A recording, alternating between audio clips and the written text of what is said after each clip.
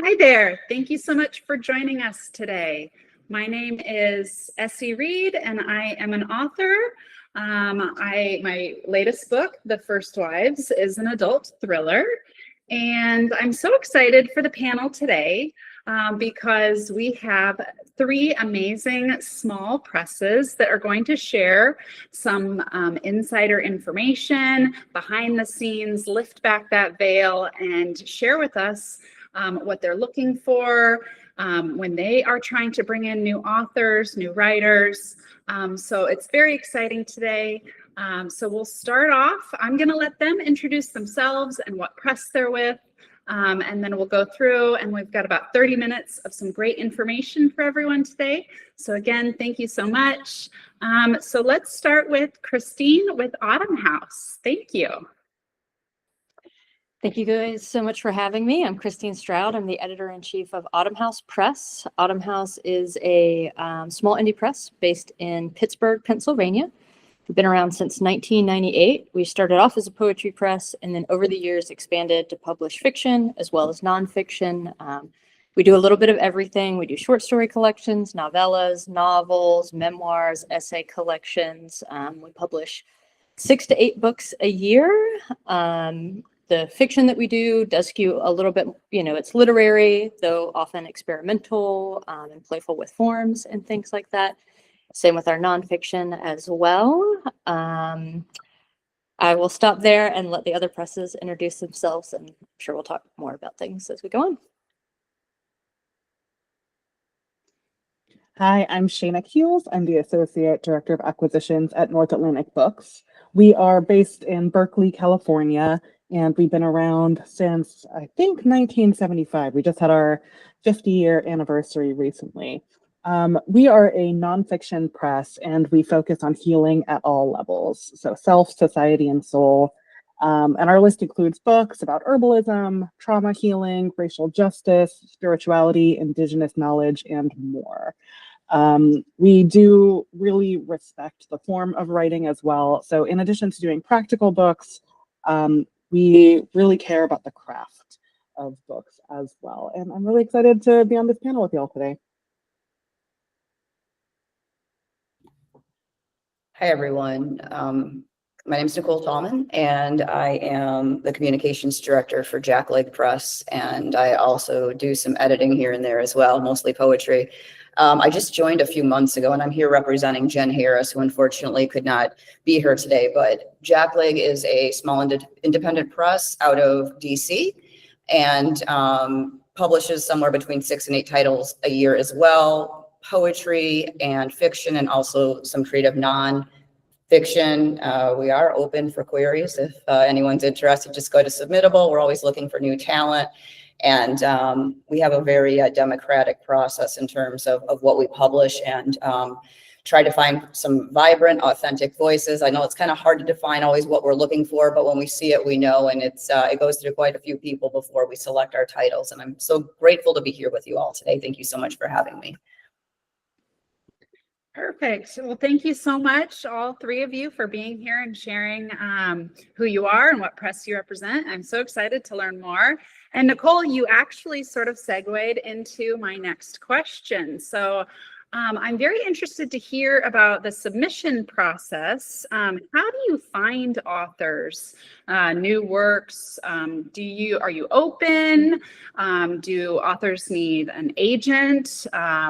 Just kind of, peel back that veil and tell us, how can we submit to you? Christine, we can start with you.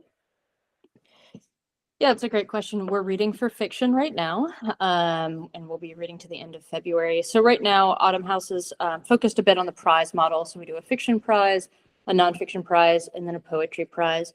When we do our open reading, that's typically in the fall. The open reading period is on hiatus post-COVID as we sort of catch up on some book projects. But how our prize model looks is that, the staff and then, board members and then some paid readers that are friends of the press read the books, and then we select finalists that then go to a judge who selects a winner. And we choose judges who we feel like, first, we love their work, and that also they sort of understand the aesthetic of Autumn House.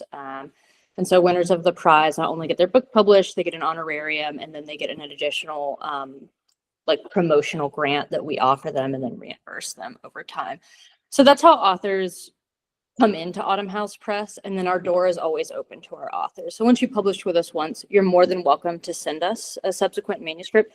We don't demand that of authors. We don't put right of first refusal in their clause because we want them to come back to us because they loved working with us and they know their book is a good fit for us. And so we often publish second and third collections or not, books by our authors.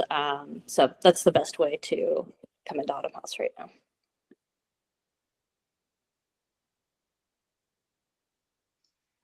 Yeah, North Atlantic Books also uses Submittable, makes everything easier. We do 27 books per year, so we kind of have our Submittable open on a rolling basis. We accept submissions from agented and unagented authors. A lot of our authors are first time who have never worked in the publishing process before, so we do not, having an agent is helpful, but not always needed here. And we also do direct outreach to folks whose writing we've seen and we've just really loved. So relationship building at all levels is really important to our acquisitions process.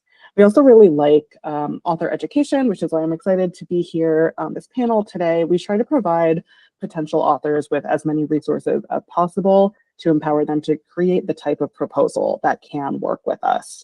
So on our website, we share tools like audience mapping and working with beta readers to really help folks create the most solid looking proposal as possible before our editorial team reviews it. We also like to involve our full staff as much as possible. So our editors are creating presentations that the full staff is able to review. Our directors team comes together to look at the manuscript and look at the book from all angles. And then the publisher, associate publisher, and myself make a final decision as to what is being acquired.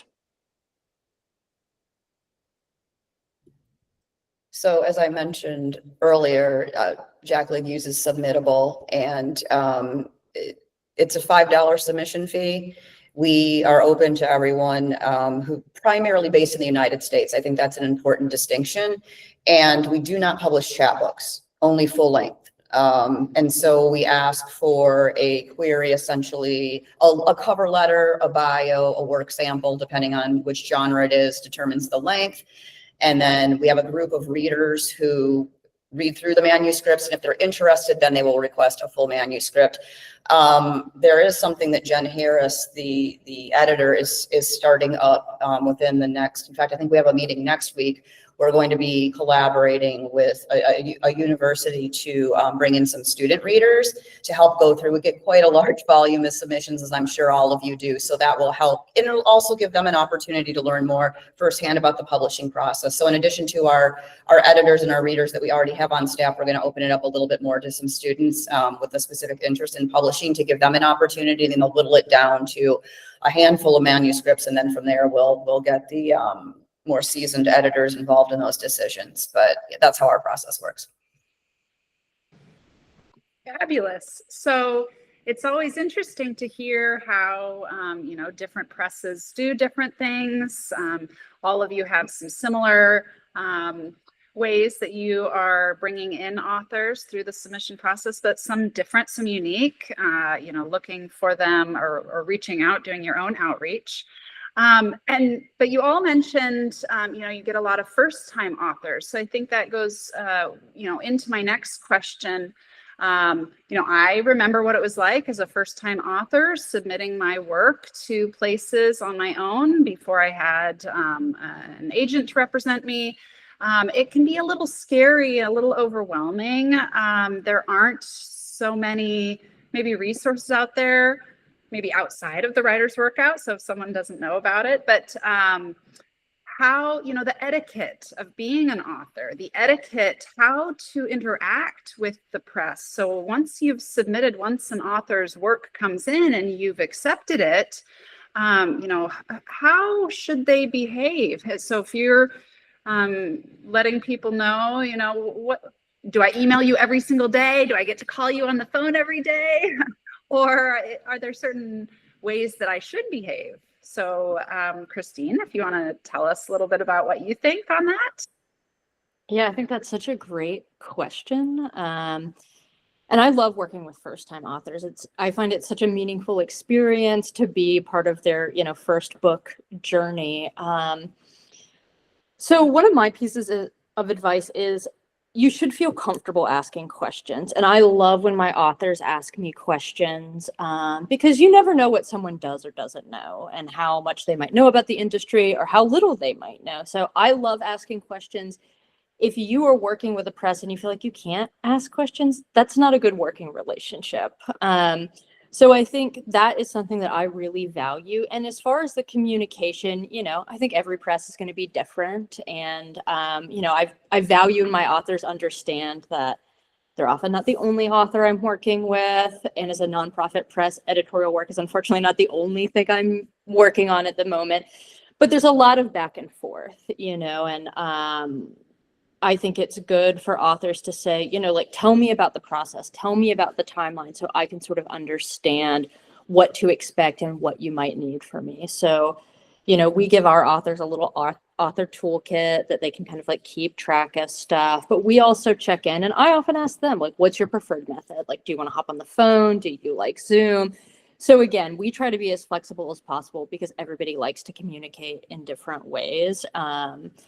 I try to be flexible with my authors too. If I give them a deadline and they don't meet it, that happens. Just let your publisher know what's going on. It's like when authors disappear, that's scary and concerning for a publisher of well, what's going on with those edits? So again, I think that is really the benefit again with a smaller indie press is that you can have a little bit more of a personal connection. And I really work with my authors throughout the whole process, not only the editorial, but I'm talking to them about marketing. I'm talking to them about book covers. We're really engaged. And so I think there's a really intimate and personal touch that they can have. So, again, ask questions, read your contract carefully. It's a legal document. And again, if you're asking questions about the contract and a press doesn't want to answer them or is getting, isn't clear about certain things, to me, that's a red flag. So you want to be able to have a good back and forth with your publisher.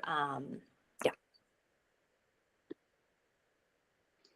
I also love this question, and I resonate with a lot of what Christine said about kind of two-way communication, transparency, and making sure that you are able to treat the author as a full person.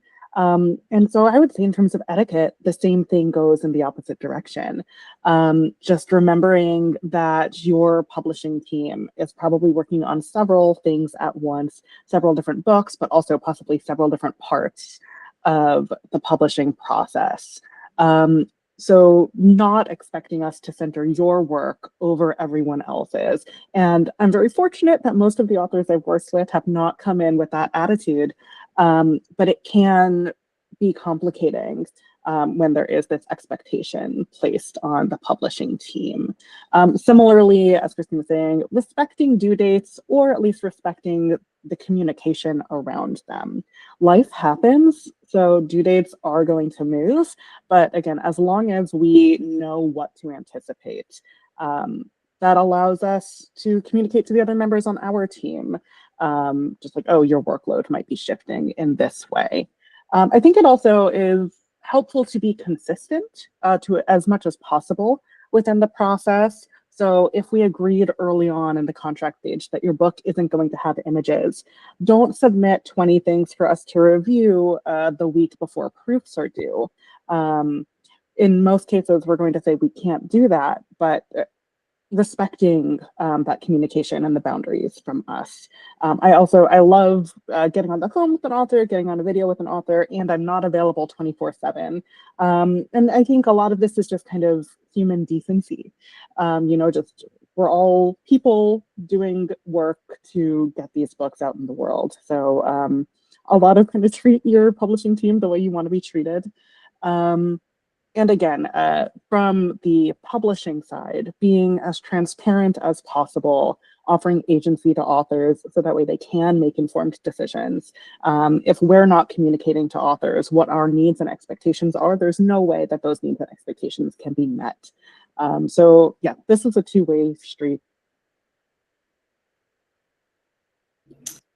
I think it's just important to remember that behind the computer is a person, right? So just being open, kind, collaborative with each other, working for a small press, Jack Leg in particular, it's not a paid position, and the editors and I, all of us have very busy full-time jobs as well. So this is kind of a labor of love. So I think it's important to understand up front that just like the authors, I mean, a lot of authors themselves, I'm an author as well too. So I think I kind of have an understanding into this that, you know, we are responsive, but we may not be able to be 24/7 available to people to answer questions. So I think it's good to maybe set expectations up front. We always give authors a questionnaire to start out, a timeline, a schedule. A main point of contact is assigned. Each book is assigned a specific editor to deal with the day-to-day once we get past that stage. But to echo both what Christine and Shayna said, it's really important to understand your contract, your timelines, your obligations.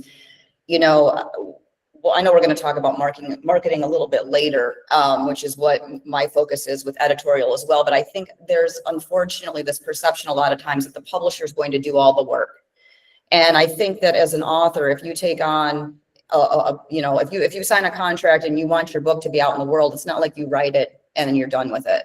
You know, I think there needs to be collaboration all throughout the process, from the very beginning, even once it's published and then on, you know, for forever pretty much, right? You know, it's your book, it's your baby. As an author, you need to have a vested interest in not only getting it done on time, up to quality and standards, but then also helping to shepherd it into the world and keep it going. Because, you know, if you want the press to last, you have to invest in the sales of the book and the success of the book. And I know sometimes authors don't want to hear that, but, you know, want to keep your book in print, you got to do your part too. So collaboration is my answer there. Well, wonderful. Those were such great answers to hear. So many interesting little bits there. All of you, I think, mentioned the word editing as part of that. And so that leads kind of into my next question is, how does the editing process work at your press? How many rounds of edits do your books go through? Do you put back a lot of the editing onto the author themselves, or do they get to work collaboratively with an editor? Is there developmental edits, or is it just line edits, copy edits? Some people tuning in may not even be familiar with those three terms. So if you just want to share what editing looks like at your press, that would be great. Christine? Excuse me.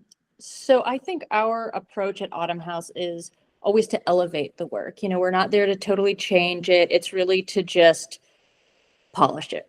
So we do developmental editing if the manuscript needs developmental editing. Occasionally I'll get a book that it really just needs a copy edit. You know, it's been worked through and it's really, it's fairly ready to go.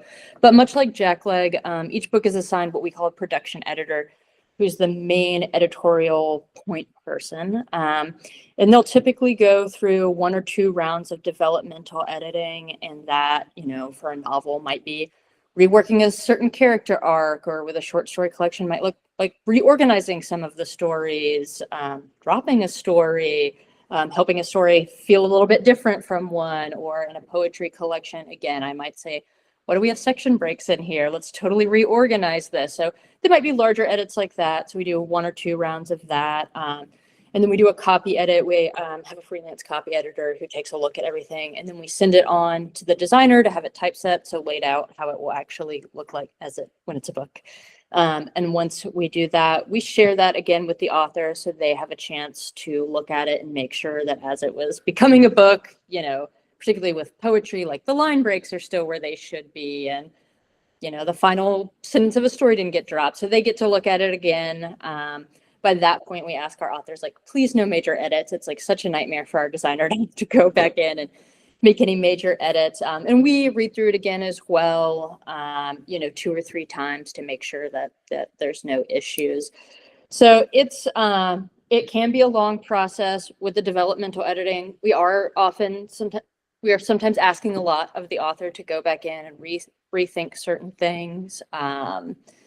It's often a very, I think, exciting process for the authors. Occasionally, when we do heavier edits, we've had some authors, particularly first-time authors, come back and feel like, this is a lot of change. You're asking for a lot of changes to my book. Like, do you not like my book? And for me, I always feel that editing is such a sign. It's such a sign that we believe in your book. You know, we're so excited for it. We've invested this time and energy into it, and we love working with you. And again, like, we're not trying to change the dynamic of your book, rather just elevate it. So again, it depends on the project and, you know, what state it comes into. But with every book, we go through a couple of rounds. There's always a copy editor involved. I know for me, after I've done a developmental edit on a book, I'm like, there's simply no way I can copy edit this now because I've looked at it too many times.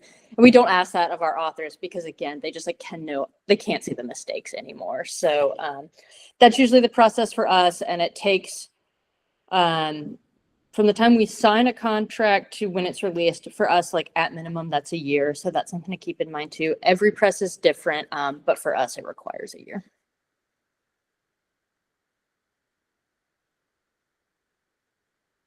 Yeah, I was nodding along with what Christine was saying. I've been nodding along this entire time as everyone's been speaking. I think our editorial process looks similarly, and I think the biggest difference would be we focus on nonfiction. So our goal is creating the best version of what already exists and preserving the author voice.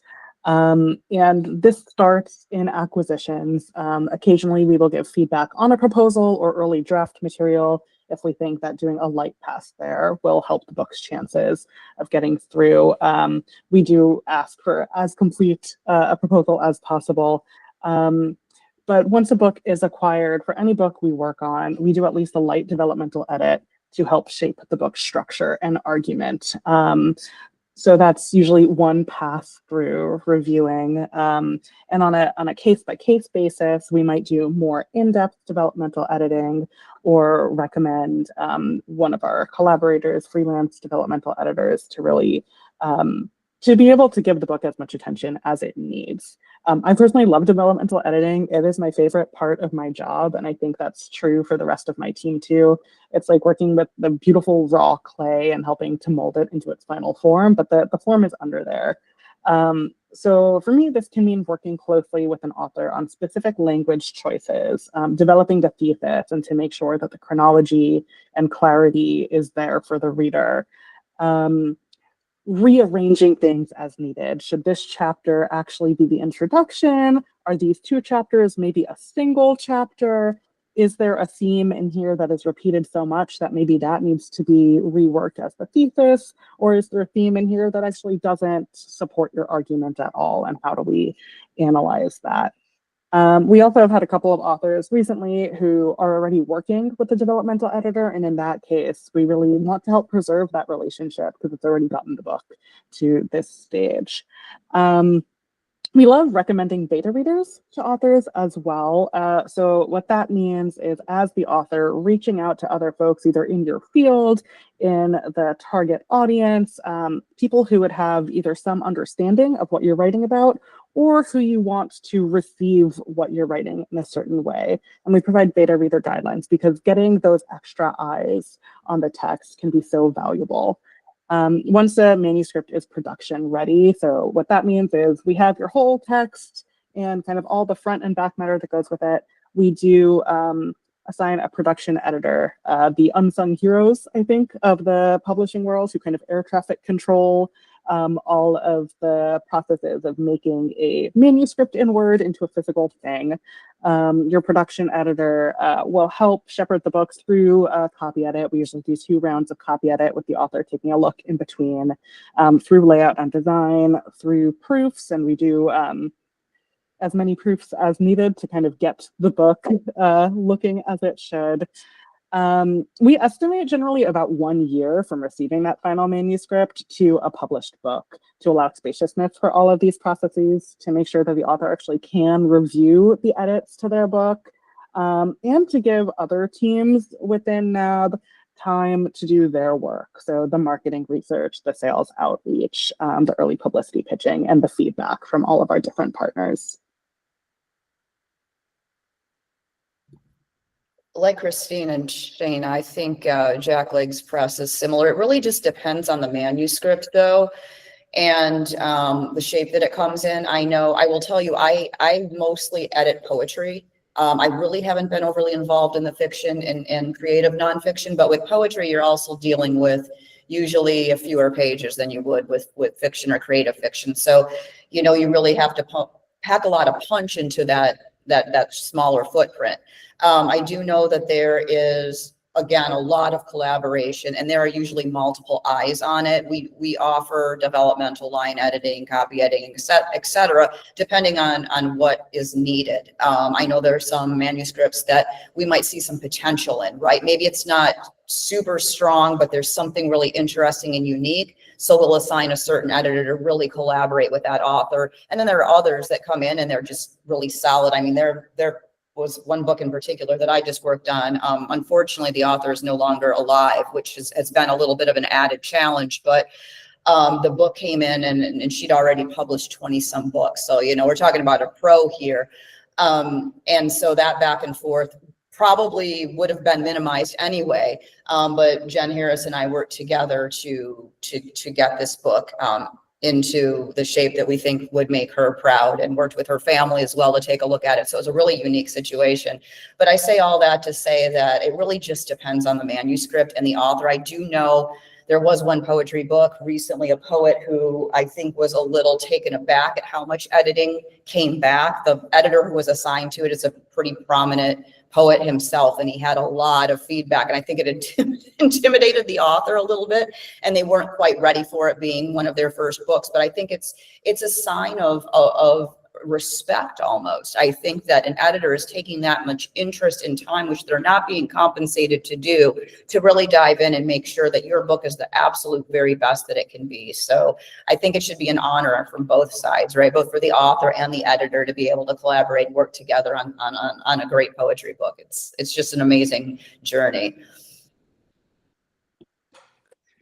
So that's, thank you so much, all of you. I love hearing about, the editing process. And so that's something to take into consideration. I feel like, it takes up to a year is what I'm hearing from you all, that, it's not a fast process. So when an author comes into this, it's not, hey guys, I'm going to have a book in your hands next month. It's going to take some time. And so that's always something to consider when and if you decide to seek publication.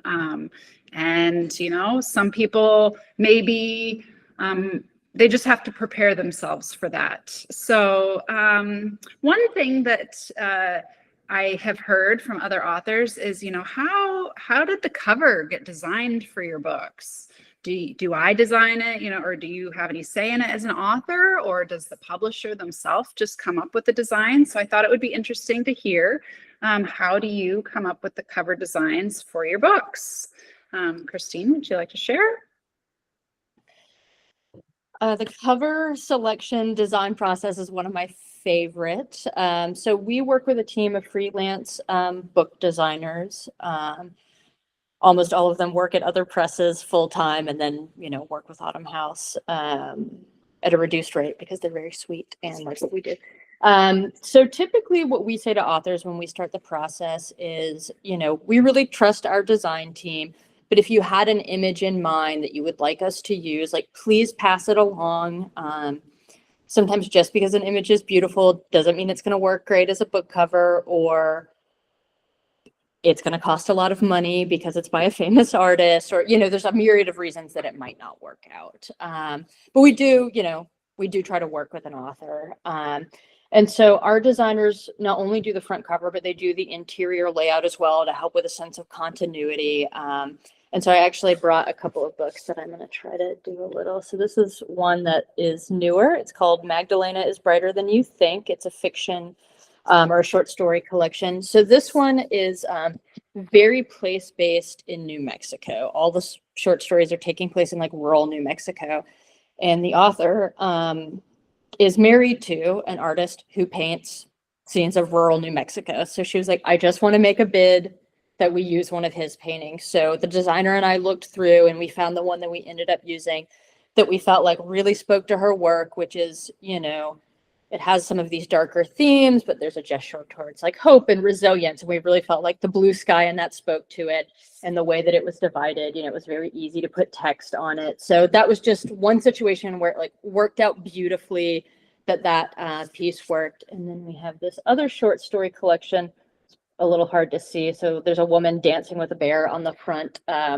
This was a local to Pittsburgh. He's a local illustrator who knew the author. And he said to her, I'd love to draw something. Like, I love your stories. And so he found this story and like took that image from it. And the designer, you know, was able to work with that.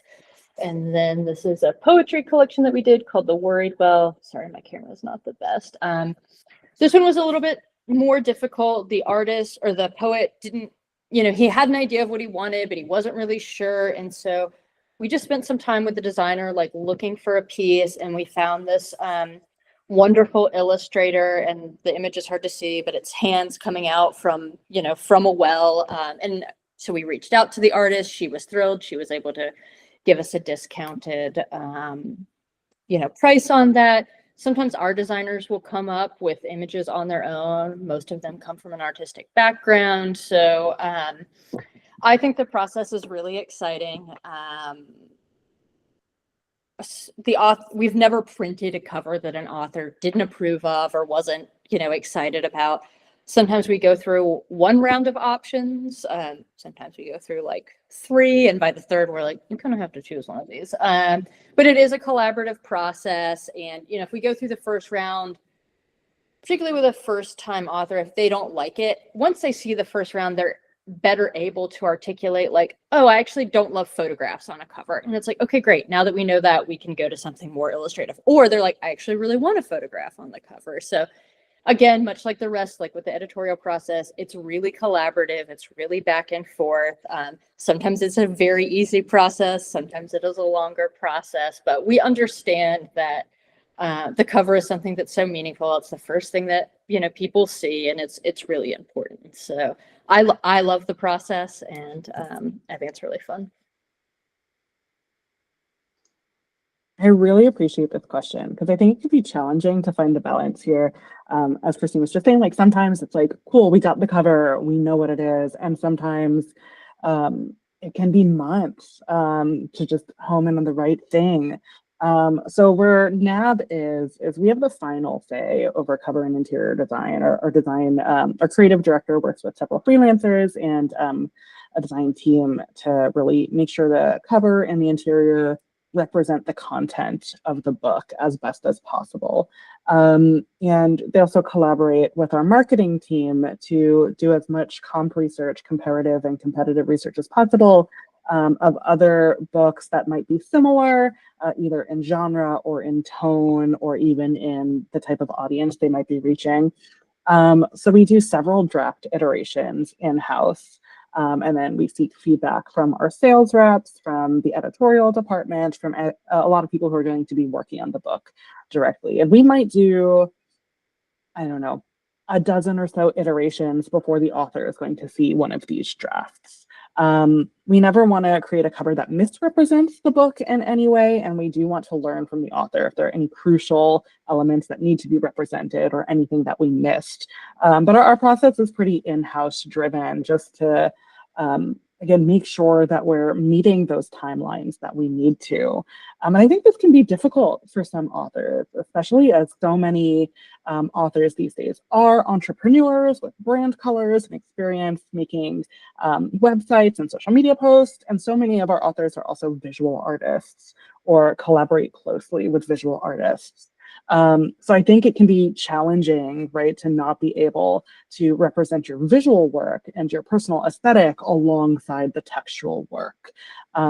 And because a lot of our books really are mostly text-based, mostly prose-based, we do try to lean on our expertise as book industry folks who've been designing in this specific way for book readers, for book buyers for a long time. The design process between a book cover and maybe an Instagram post and even a painting, they're all going to be very distinct to match the needs of the person receiving that visual input. I'll also say, though, that looking at cover options when they are shared around with staff is one of my favorite points in a season, just to see this text that I've been working with so long represented in a very different way. I really wish I'd built something for myself to share with y'all, because I have a whole like 2 shelves in there of just NAB books. But our freelance designers and our creative director make beautiful, beautiful colors that you can see on our website, northatlanticbooks.com. Yeah, I'm really proud of our covers.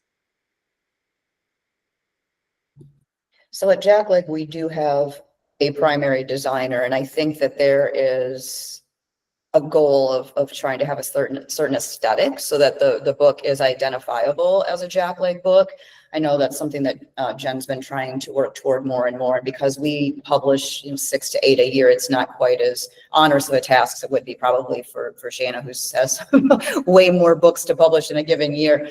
But I say that because as part of that author questionnaire that I mentioned earlier, one of the questions on there is asking the author if they have any particular ideas for their cover. So we try up front to address that. Do you have a particular aesthetic, color scheme, any ideas in mind? And then I believe we produce somewhere between 3 to 5 different options for them to take a look at.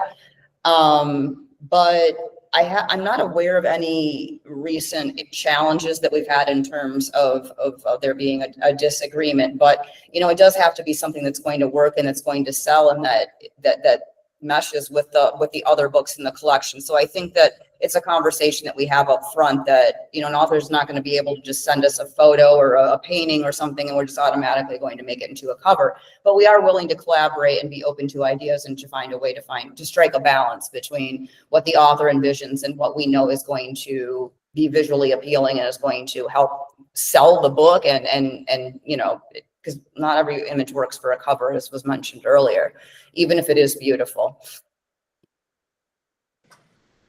Well, very good. It's so interesting. It sounds like you all do a very, great in-house work for your authors, and you really try to connect the covers with the text. And I love that. I can't wait to go to all of your websites and look at all the covers and all the books. And so, we're getting close to our time here, so I thought I'd just ask one final question that I think weighs heavily on every author's mind is, now that, they've worked with you and come up with this beautiful book with its beautiful cover, and it's all fully edited and it's as best as it can be, how are you going to help them and work with them in marketing and selling this book? I know that the author, is going to have to do some of their own marketing, but I'm assuming that you have a plan in place and you're going to give some guidance. So if you could share a little bit of that, that would be great. All right, Christine? So we always develop with our authors a marketing plan and sort of timeline. So I think part of that, what we do is largely the same from book to book. So that's, sending out physical and digital review copies starting, 4 to 6 months before the book is released, to the standard places, the trade places, to the larger, places, as well as regional.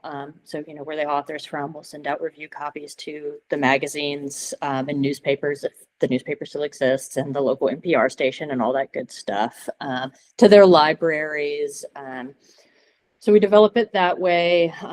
We also lay out the post-publication prizes we're going to nominate them for based on, are they a first book author? Do they fall into a niche category of a queer author, or, something along those lines. And again, we always try to think outside the box of what other ways might we be able to promote this book?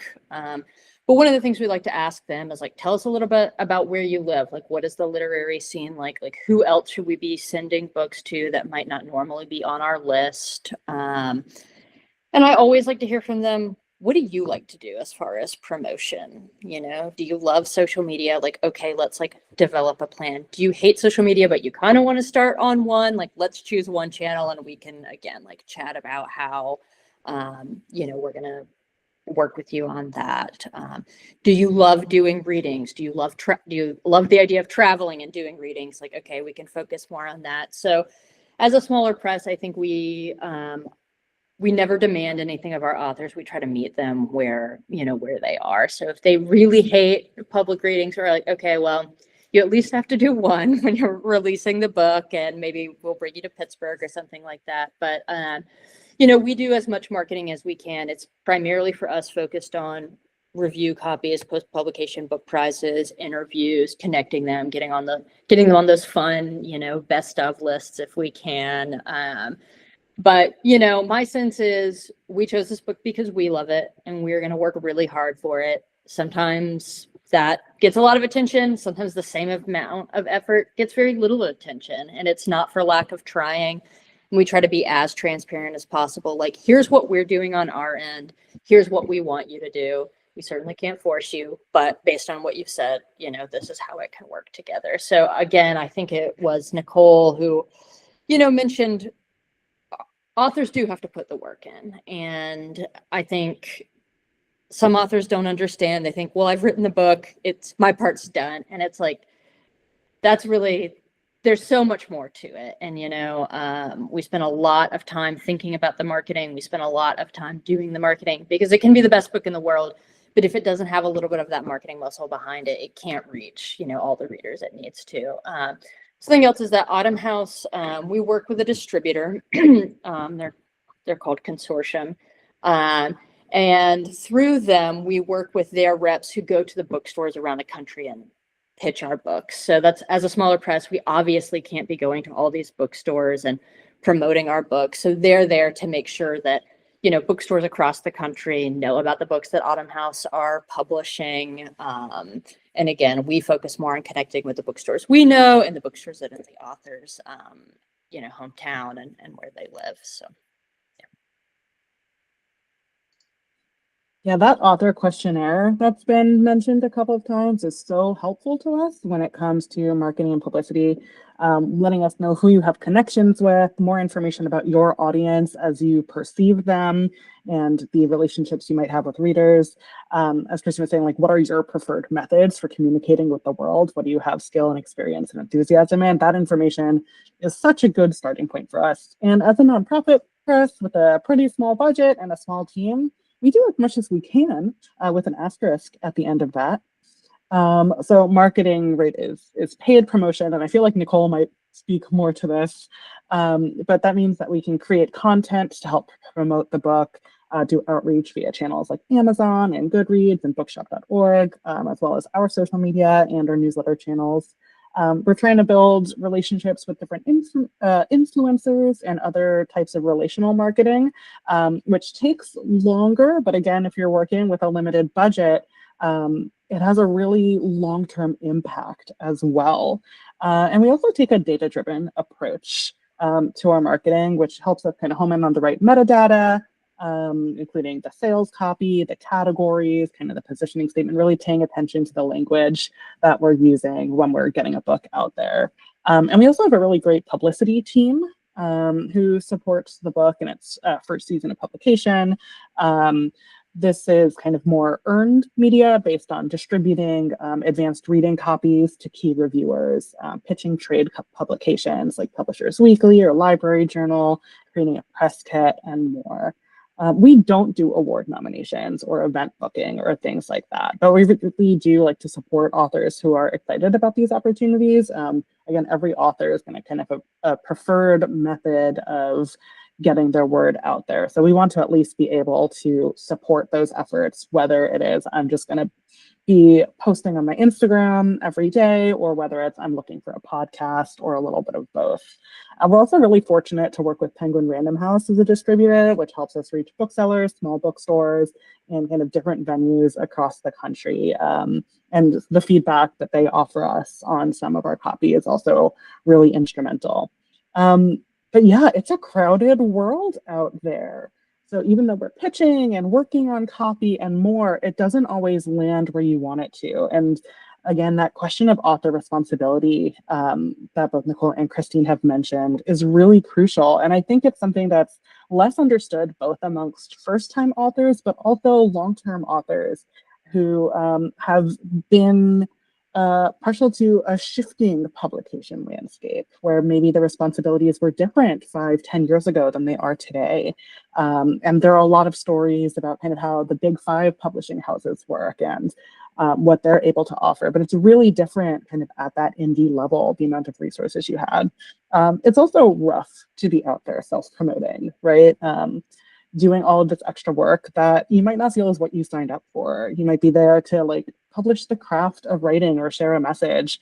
But really without author enthusiasm, without author intention and kind of a commitment to support that book beyond just getting it printed, a book will have more of a challenge finding its readers. We want to do as much as we can at the press, and we also really encourage our authors to be proactive. I know we're short on time, so I'll keep this short as well.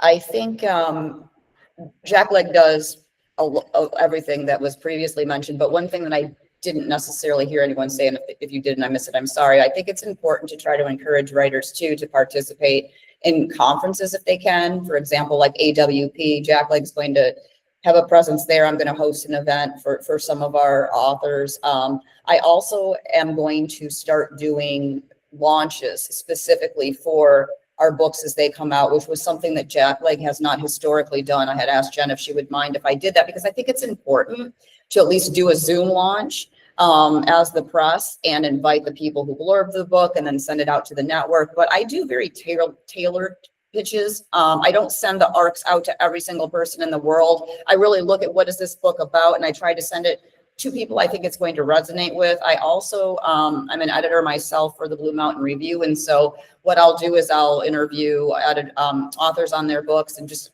put publish a short Q&A there. We're going to work on doing something through Jackleg as well to try to help take it to the next level. So yeah, but really it has to be both sides of the fence there. And one thing we do offer our authors as well, which Jen and Eric, our managing director, have managed to negotiate, is we have our basic level of services, but we've also negotiated contracts with external publicists. So if an author is interested and has the means to do that, they can get discounted rates to some more very specific targeted help with publicity. So we do offer that as an extension to the general services that we offer at Jackleg. Wonderful. So as we're running out of time here. It's just been such a pleasure to hear from all of your presses and sharing the intimate details behind the scenes. Thank you so very much. Hopefully, maybe you'll get some new authors headed your way, submitting their works because they heard you on this and they're excited.